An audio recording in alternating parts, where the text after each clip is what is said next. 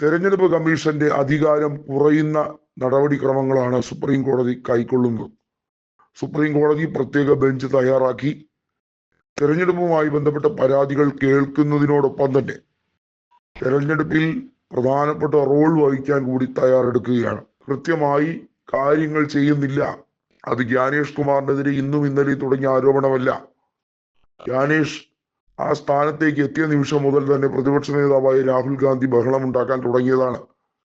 എന്നാൽ അതെല്ലാം അടിസ്ഥാനരഹിതമെന്ന് BJP പറയുകയും ജ്ഞാനേഷ് കുമാറിനെ നേരത്തെ തന്നെ രാഹുൽ ഗാന്ധിയും കൂട്ടരും നോട്ടമിട്ടിരുന്നത് കൊണ്ടാണ് ഇങ്ങനെയൊക്കെ സംഭവിച്ചത് എന്ന് വരുത്തി തീർക്കുകയും ചെയ്തു. എന്നാൽ അങ്ങനെയല്ല. രാജീവ് കുമാറിനേക്കാൾ വലിയ അഴിമതിക്കാരനായി തെരഞ്ഞെടുപ്പ് അട്ടിമറിയുടെ ചുക്കാൻ പിടിക്കാൻ ജ്ഞാനേഷ് തയ്യാറായതിന്റെ നിരവധിയായ തെളിവുകൾ ഓരോന്നും രാഹുൽ ഗാന്ധി പല തവണയായി പല വേദികളിൽ വെച്ച് നിരത്തുകയാണ് ചെയ്തത്. രാഹുൽ ഗാന്ധി തന്നെ ഡിഫൈൻ ചെയ്യാൻ ശ്രമിക്കുന്നു. അദ്ദേഹം പരസ്യമായി മാപ്പ് പറയണം, അതല്ലെങ്കിൽ കൃത്യമായി അഫിഡവിറ്റ് നൽകണം. ഇത്തരത്തിലൊക്കെ ജ്ഞാനേഷ് കുമാർ ചില തട്ടുപൊളിപ്പൻ ഡയലോഗൊക്കെ പറഞ്ഞെങ്കിലും അതൊന്നും ഏശിയില്ല എന്ന് മാത്രമല്ല, അതെല്ലാം ജനങ്ങൾ എടുത്ത സെൻസ് എന്ന് പറയുന്നത് ഇലക്ഷൻ കമ്മീഷനെ പ്രതിക്കൂട്ടിൽ നിർത്തുന്ന തരത്തിലാണ്. സുപ്രീം കോടതിക്ക് എന്ത് ചെയ്യാൻ കഴിയും? ഇതാണ് പല കോണുകളിൽ നിന്നായി വന്ന ചോദ്യം. തെരഞ്ഞെടുപ്പ് കമ്മീഷനെ സസ്പെൻഡ് ചെയ്യാൻ കഴിയുമോ? ഈ രാജ്യത്ത് ഫ്രീ ആൻഡ് ഫെയർ ഇലക്ഷൻ നടന്നില്ലെങ്കിൽ അതുമായി ബന്ധപ്പെട്ട് തെരഞ്ഞെടുപ്പ് കമ്മീഷനെ ചോദ്യം ചെയ്യുന്നത് ആര്? ഇംപീച്ച്മെന്റ് നടപടികൾ ഉൾപ്പെടെ കൊണ്ടുവരാൻ സാധിക്കുമോ? ഇത്തരത്തിൽ നീണ്ടു നിവർന്ന ചോദ്യങ്ങൾ ഓരോന്നായി ഇന്നിന് പിറകെ ഒന്നായി വന്നുകൊണ്ടിരിക്കുന്ന സമയമായിരുന്നു.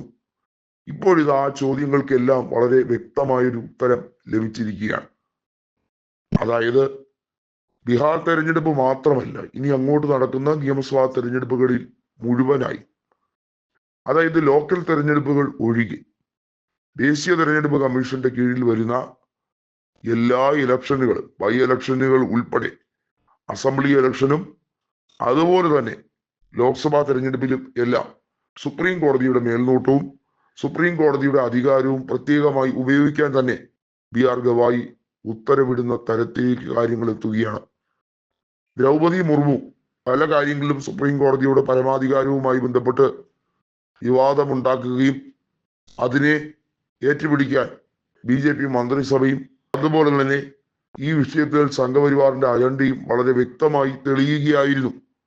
എന്നാൽ ജ്ഞാനേഷ് കുമാറിനെ പറപ്പിക്കാൻ BR ഗവായി എടുത്ത ധൈര്യപൂർവമായ നിലപാടുകൾ അതൊരുപക്ഷെ ഏതൊരു രാഷ്ട്രീയ പാർട്ടിക്കും ഊർജം നൽകുന്നതിനോടൊപ്പം ജ്ഞാനേഷ് എന്ന തെരഞ്ഞെടുപ്പ് മേൽനോട്ടക്കാരൻ ഈ രാജ്യത്തെ തെരഞ്ഞെടുപ്പ് പ്രക്രിയകളുടെ കാവലാളായി ഇരിക്കേണ്ട ഒരു വ്യക്തി തന്നെ കൃത്യമായി വലിയ രീതിയിൽ ചൂഷണം നടത്തുന്നു, അതായത് വേലി തന്നെ വിളവ് തിന്നുന്നു എന്ന് വ്യക്തമാക്കി കൊടുക്കാൻ സുപ്രീം കോടതിക്ക് കഴിഞ്ഞു. അതുകൊണ്ടാണ് കോടതിക്ക് പ്രത്യേക ബെഞ്ച് രൂപീകരിക്കേണ്ടി വരുന്നതും ഇലക്ഷൻ നിരീക്ഷിക്കേണ്ടി വരുന്നതും. ഇത് നേരിട്ട് നടത്തേണ്ട അനിവാര്യതയിലേക്ക് സുപ്രീം കോടതി എത്തിയിരിക്കുന്നു. വളരെ വൈകാതെ ഇലക്ഷൻ കമ്മീഷന്റെ പ്രക്രിയകൾ അത് ജുഡീഷ്യറി ഏറ്റെടുക്കാനുള്ള എല്ലാ സാധ്യതയും കാണുന്നുമുണ്ട്.